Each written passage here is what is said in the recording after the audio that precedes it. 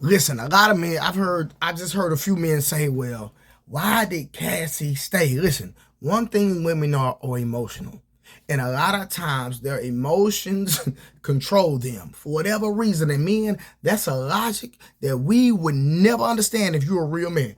Because if you've been in a relationship for any length of time, the things that the way that women think, the things that they say, and the way that they process, you can never understand. So for all the men say, well, why did she stay in an abusive relationship? Listen, why did you stay with her that you were dealing with and communicating with and dating, and you know she wasn't no good for you? Listen, we all can point the finger on why we made certain decisions and we don't understand why. And somebody somewhere told us not to make that decision. That's true. Listen, Stockholm Syndrome is real. So listen, only thing you can do is pray for that individual and hope that the light of day click on. You understand that?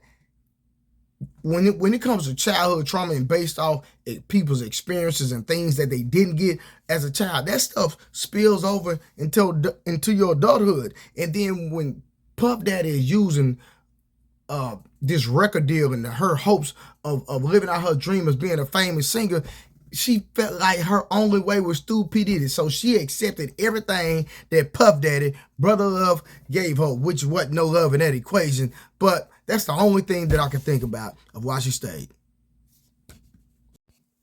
Yeah, I'm telling you. I'm telling you, I'm for sure.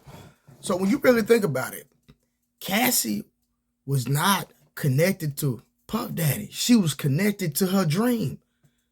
She had a gift. She wanted to operate in her gift. She wanted to be a singer. So Puff Daddy used that as a string. It's like somebody that's hungry and you have food and you put the food on a string.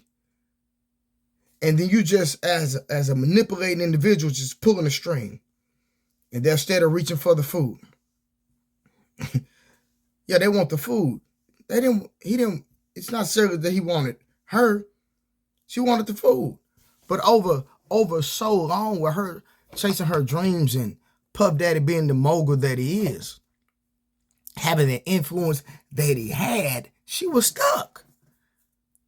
Think about it. If she would have went to anybody else,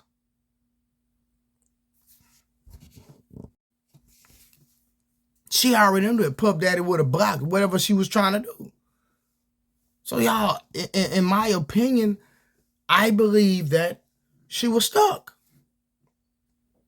She was literally stuck trying to chase her dream, believing in what she believed in. So initially, I'm pretty sure that she genuinely loved Puff Daddy and had feelings for him and wanted a relationship because that's what Puff Daddy fed her. He led her on. He manipulated her. She was very young. It happens all the time. I hate to say it, but it happens all the time in the world. Seriously. So as I sit back and just analyze this entire situation, I believe that Cassie wanted a record deal. She was genuinely in love with Puff Daddy. And Puff Daddy used that to his advantage to take over, to take advantage of her. And we all know as men that we were to be transparent. When you have resources, it's very easy to control young women.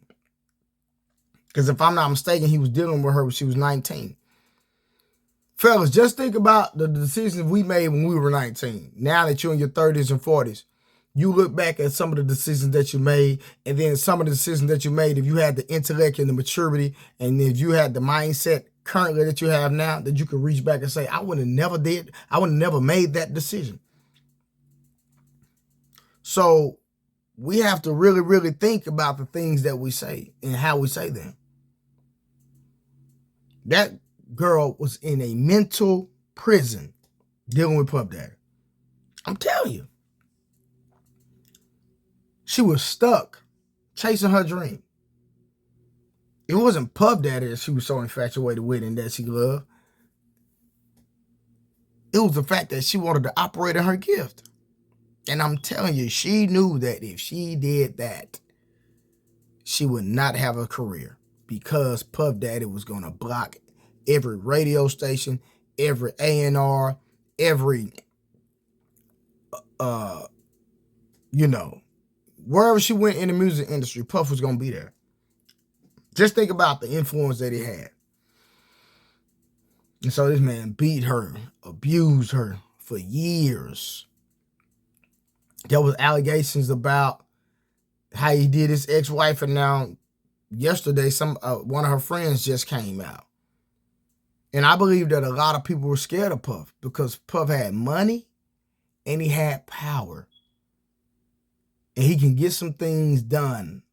People leverage their money and their power over people who don't have the resources and the type of money that they have, because we're talking about somebody that was coined a billionaire. And then somebody that had a sketchy history around them of people dying. So using fear tactics is a tactic that has been used for years, especially amongst men and even some women. But that's a whole nother conversation. We're not gonna get on the women. This is about Puff Daddy and the trash behavior and the manipulative behavior that he had towards the young lady that he was dealing with. So y'all, I'm not gonna make this video super long. I'm not gonna keep on going on, but just in my opinion, I just believe that, first of all, listen, if you don't understand why somebody decided to stay in an abusive relationship, don't even try to figure it out. Just thank God that it's not your experience and that you didn't have to deal with those type of things, and pray that if you have a daughter or a son, because some young men can be in abusive relationships, you don't want your child in an abusive relationship, because we all could say you probably had a little cousin or something that was just letting somebody not abusive physically, but abusive emotionally. And they not even putting their hands on them, but they stuck. They still in that situation. They still in that relationship. And you're like, why? So y'all, listen, just pray for the individual. Keep it pushing and hope for the best. God bless.